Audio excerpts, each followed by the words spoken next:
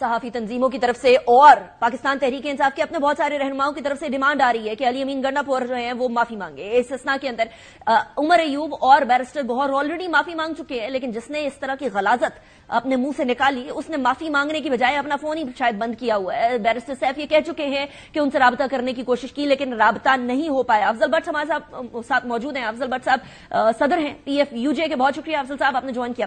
افضل صاحب, جو الفاظ استعمال کیے گئے بالخصوص خواتین جرنلسٹ کے لیے, ہم ایک طرف مائیں ہیں, بہنیں ہیں, بیٹیاں ہیں, ہم لوگ بہویں ہیں, ہم عزت ہیں قوموں کی, گھروں کی, اور اس طریقے سے خواتین کے بارے میں بات کرنا یہ انتہائی نازیبا ہے, انتہائی نامناسب ہے. لیکن ٹریک ریکارڈ اگر افضل بٹ صاحب دیکھا جائے تو آپ کو یاد ہے DI خان کے اندر, میرے پاس ابھی یہ کلپنگ بھی پڑی ہوئی ہے, 10 نومبر 2017 کی خبر ہے.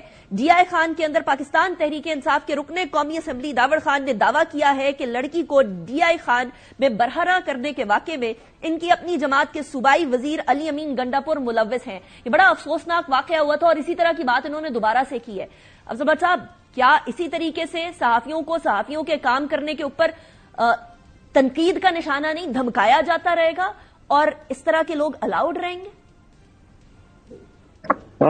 دیکھیں, پہلی بات تو یہ ہے کہ اگر آپ ایک جرنلسٹ کے طور پہ نہ بھی سوچیں, ایک پاکستانی شہری کے طور پر سوچیں, ایک ہیومن بینگ کے طور پر سوچیں کہ کوئی ایسا شخص جس کے گھر میں بیٹی ہو, کیا وہ اپنی بیٹی سے ایسی بات کر سکتا ہے؟ ماں کے ساتھ بات کر سکتا ہے, بہن کے ساتھ بات کر سکتا ہے. اگر تو کسی کے گھر کا یہ کلچر ہے تو پھر تو کوئی افسوس نہیں کیا جا سکتا. لیکن پاکستان کی جو سوسائٹی ہے, خاص طور پر جو پختون سوسائٹی ہے, جس خیبر پختونخوا کے وہ وزیر اعلیٰ ہے, وہاں تو عورت کی حرمت پر لوگ جان دے دیتے ہیں. وہاں تو ماں, بہن, بیوی, بیٹی کی عزت پر لوگ جانے قربان کر دیتے ہیں. میری سمجھ نہیں آئی کہ اس صوبے کے وزیر اعلیٰ کو یہ بات کرتے ہوئے ذرا احساس نہیں آیا کہ وہ خواتین کے متعلق جو بات کریں گے اس سے ان کے صوبے کے متعلق لوگوں کی کیا رائے بنے گی. دوسرا, میرے بعض لوگ کہتے ہیں کہ انہوں نے جذباتی انداز میں بات کی ہے. میں بالکل اس کو دوسرے نقطہ نظر سے دیکھ رہا ہوں کہ آپ جانتے ہیں کہ گزشتہ دنوں 2 وزراء جو ہیں ان کو کیبنٹ سے نکالنا پڑا, اور اب وہاں زبانیں زد عام ہیں خیبر پختونخوا کے وزیر اعلیٰ کی کرپشن کی کہانیاں, ان کے جماعت کے اندر باتیں جو ہیں وہ ڈیالہ جیل تک پہنچی. آپ یہ کہہ رہے ہیں what you're trying to say is کہ بیسیکلی اپنی جان بچانے کے لیے انہوں نے سارے صحافیوں کی جان داؤ پر لگا دی؟ بالکل, میں اس بات سے متفق ہوں کہ انہوں نے جان بوجھ کر ایشو ڈائیورٹ کرنے کے لیے, تاکہ جب ان کی کرپشن کے قصے زبانیں زد عام ہیں تو وہ اپنی جماعت کو مطمئن کر سکیں کہ بھائی یہ میری کرپشن کے قصے نہیں ہیں, میں نے جو جرنلسٹوں کے متعلق بات کی تھی یہ اس کا ریئیکشن آ رہا ہے, حالانکہ اب ان کی کرپشن کے قصے زبانیں زد عام ہیں. دوسری بات میری یہ ہے کہ ابھی جو PTI کے چیئرمین ہیں عمران خان صاحب, ان کے جو نادان دوستوں نے حکومت کے دوران جو غلطیاں کی, ابھی بڑی مشکل سے جرنلسٹ دوستوں نے ان کو بھول کر PTI کے ساتھ اٹھنا بیٹھنا شروع کیا تھا. تو یہ ہے کہ یہ عمران خان کے خلاف بھی سازش کر رہا ہے علی امین گنڈاپور کہ عمران خان کی کے ساتھ جو میڈیا کی ایکسیس ہے وہ کم ہو جائے. دوسرا یہ ہے کہ اس نے ڈیلیبریٹ یہ کیا کہ جو اس کے کرپشن کے قصے ہیں وزیر اعلیٰ خیبر پختونخوا کے, جب وہ اب زبانیں عام ہیں, میڈیا کی زینت بنیں گے, روزانہ ایک نیا اسکینڈل آتا ہے, تو وہ صرف ایک بات کہہ کر بیل آؤٹ ہونا چاہتے ہیں کہ یہ تو میرا میڈیا ٹرائل ہو رہا ہے. حالانکہ وہ تمام فیکٹ کی بیس پر ہے. اب تک انہوں نے اپنی جماعت کے اندر کئی لوگوں کو کابینہ سے نکالا ہے, اور اب جب یہ باتیں باہر آ رہی ہیں تو اب ان کے پاس کوئی اور ابھی پیچھے جو کچھ عرصے پہلے اختلافات ہوئے تھے وہ افضل بٹ صاحب, thank you very much for joining me in the programme. ایک بات تو طے ہے کہ اس سے پہلے کے واقعات, جو DI خان والا واقعہ میں نے آپ کے سامنے رکھا ہے, یہ بھی موجود ہے. اس سے پہلے علی امین گنڈاپور صاحب کے گاڑی سے جو چیزیں برآمد ہوتی ہیں وہ بھی ہمارے سامنے ہیں. نہ صرف یہ, پاکستان تحریک انصاف جس صوبے کے اندر رول کر رہی ہے, پختون جو ہے وہ زیادہ تر ادھر موجود ہیں خیبر پختونخوا کے اندر, ان کی اپنی روایات ہیں اور خواتین کے حوالے سے وہ بہت زیادہ سینسٹیو ہے. نہ صرف یہ، ہمارا مذہب نہ تو تہمت کو پسند کرتا ہے اور خواتین کی ان اٹ سیلف اپنی ایک تکریم اور وہ رسپیکٹ ہے جو کہ نہیں رکھی علی امین گنڈا پور صاحب نے، جس کی وجہ سے ان کی باقی جماعت تو بھگت ہی رہی ہے، لیکن وہ مسنگ ان ایکشن ہے اس ٹائم پر. کیا واقعی میں یہ بات جو کی جا رہی ہے کہ عمران خان کے خلاف وہ بیسکلی ایک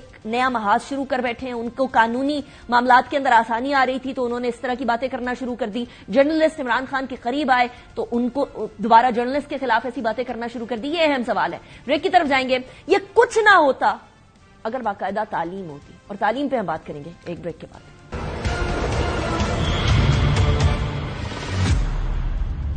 ویلکم بیک آفٹر بریک. ناظرین، ہمارے ملک میں تعلیم عام ہوتی تو کسی بھی سیاسی جماعت کی اندھی تقلید نہ ہوتی، چاہے وہ پی ٹی آئی ہو، پی ایم ایل این ہو یا پاکستان پیپلز پارٹی ہو. ہر کوئی سوچ کر کہ کس جماعت نے اقتدار میں آنے کے بعد عوام کے لیے کتنے مسائل حل کیے اور کون سی جماعت جو ہے صرف اپوزیشن میں جا کر شور شرابہ کرتی ہے، اس بات کا ادراک ہو سکتا اگر ملک میں تعلیم ہوتی. لیکن افسوس کی بات یہ ہے کہ پاکستان کے اندر 2,60,00,000 سے زائد بچے اسکولوں سے باہر ہیں. وفاقی وزارت تعلیم کے ذیلی ادارے پاکستان انسٹیٹیوٹ آف ایجوکیشن کی رپورٹ میں یہ انکشاف ہوا ہے کہ پنجاب میں 1,11,00,000، سندھ میں 76,00,000 اور ساتھ ہی ساتھ خیبر پختونخوا کے اندر 36,00,000 بچے اسکولوں سے باہر ہیں. بلوچستان میں 31,00,000 اور اسلام آباد میں 80,000 بچے اسکول جانے سے محروم ہیں. اسکول جانے کی عمر کے تقریباً 39% بچے جو ایسے ہیں جو اسکولوں سے باہر ہیں. بلوچستان میں سب سے زیادہ اس کی شرح ہے جو کہ 65% ہے جو بچے اسکول سے باہر ہیں. یاد رکھیے کہ آرٹیکل 25A پاکستان کے کانسٹیٹیوشن کا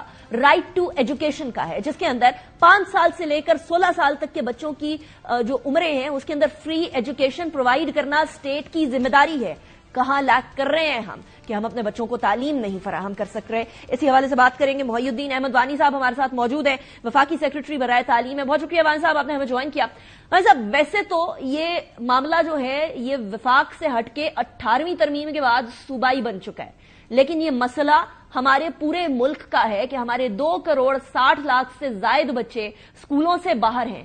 کہاں لیک کر رہے ہیں ہم؟ کیا کوآرڈینیشن نہیں ہے؟ کیا صوبوں کے اندر کمپٹیشن نہیں ہے؟ کیا ہم لوگوں کی ول نہیں ہے؟ Where are we going wrong? یہ آپ کی بات بالکل ٹھیک ہے. اصل میں تعلیم کو ہم نے نا آئسولیشن میں لے لیا ہے.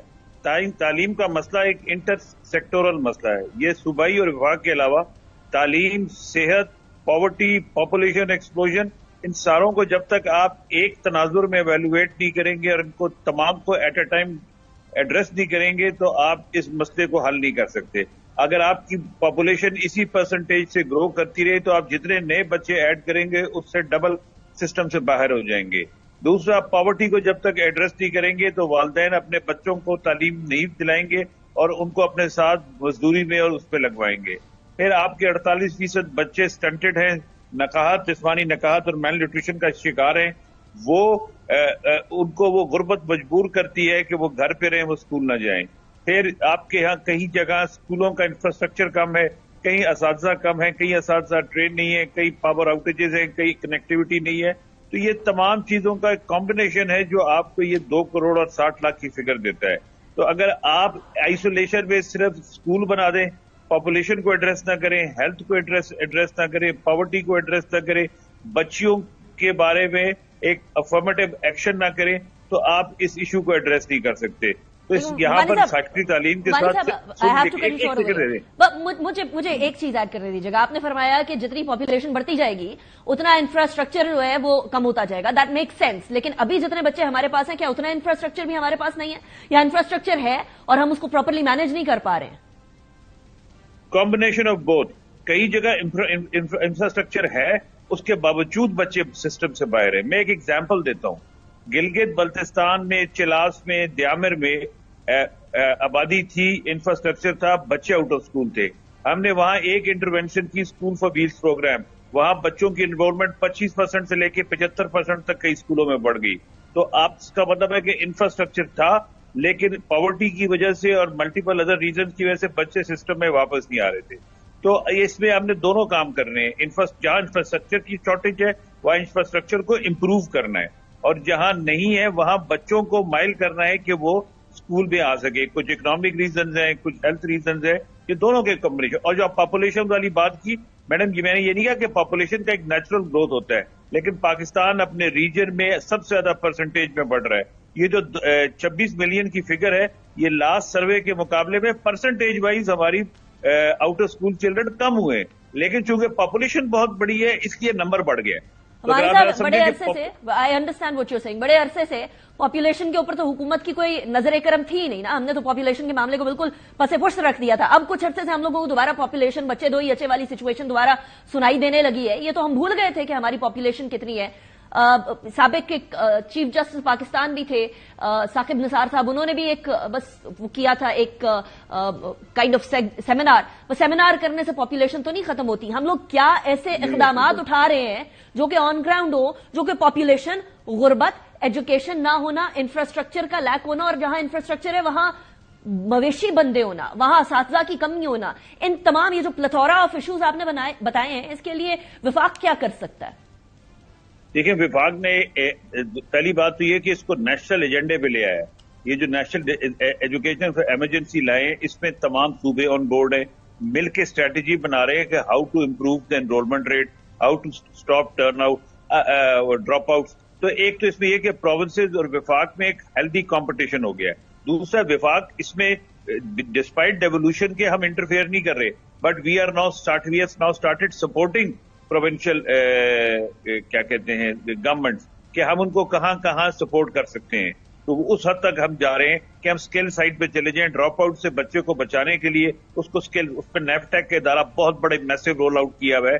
پھر ہم ہیلتھ انٹروینشن میں ان کے ساتھ سپورٹ کر رہے ہیں تاکہ بچوں کو، اسپیشلی بچیوں کو جو کہ انیمک ہیں، ہیلتھ ان کی پور ہے، جن کو والدین ڈراپ آؤٹ کر دیتے ہیں، ان کو لایا جائے. میں ایک ایگزامپل آپ کو دے دیتا ہوں، اگین گلگت بلتستان کی.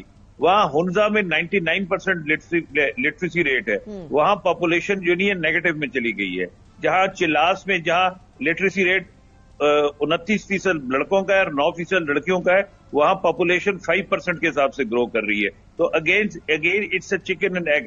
پاپولیشن کو ایڈریس بھی آپ ایجوکیشن سے کریں گے. The more you educate people the more population will control. تو یہ ادھر اور نہیں ہے، ہمیں دونوں کام سائملٹینیسلی کر رہے ہیں. اور تیسری بات یہ کہ ایلوکیشن آف ریسورسز کو پرائرٹائز کرنا ہے. Last year G D P کا 1.5% تھا جو ایلوکیٹ ہوا تھا ایجوکیشن کے لیے، اس سال 1.9 ہے. میں اپنی منسٹری کا بتا دیتا ہوں کہ لاسٹ ایئر مجھے ایجوکیشن کا ڈیولپمنٹ بجٹ منسٹری کو 8 ارب ملا تھا، اس سال وہ 25 ارب ہوا ہے. تو تمام صوبے اس حساب سے انکریمنٹلی انکریز کریں گے اور اس کو نیکسٹ 5 ایئر تک they have to come up to 4% of their G D P. Thank you very much Mohiuddin Ahmed Bani Sahib, آپ نے جوائن کیا. Was a pleasure having you. تعلیم نہیں ہوگی تو پھر